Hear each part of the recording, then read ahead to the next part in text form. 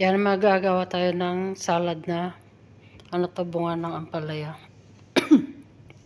Meron tayong ditong kamatis, asin, lemon, luya, sibuyas, at daon ng sibuyas yan. May sili din tayo.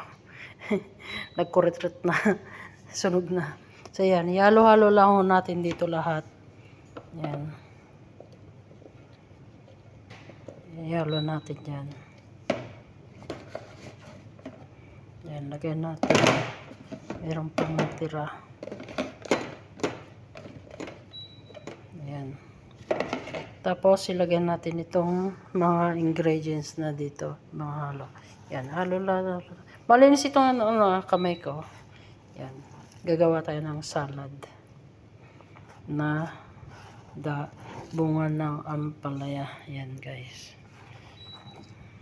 Yan. Yan. Tapos na, ilagay na din natin dito yung lemon. Yan. Wow, medyo marami yata. Tapos asin. Ganyan. Tansyahin nyo na lang yung asin na ilalagay nyo. Tapos, yan, halo-haloy natin. Malinis itong kamay ko. Nagugas na rin ako. Nagsabon yan. Yan. Halo-haloy natin. Masarap ito, guys. Kapag ginawa nyo ito. Vitamin siya. Tapos, gamot pa sa mga diabetic. Yan. Masarap to.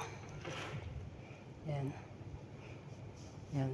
Okay na siya. Tikman natin kung okay na rin yung lasa niya.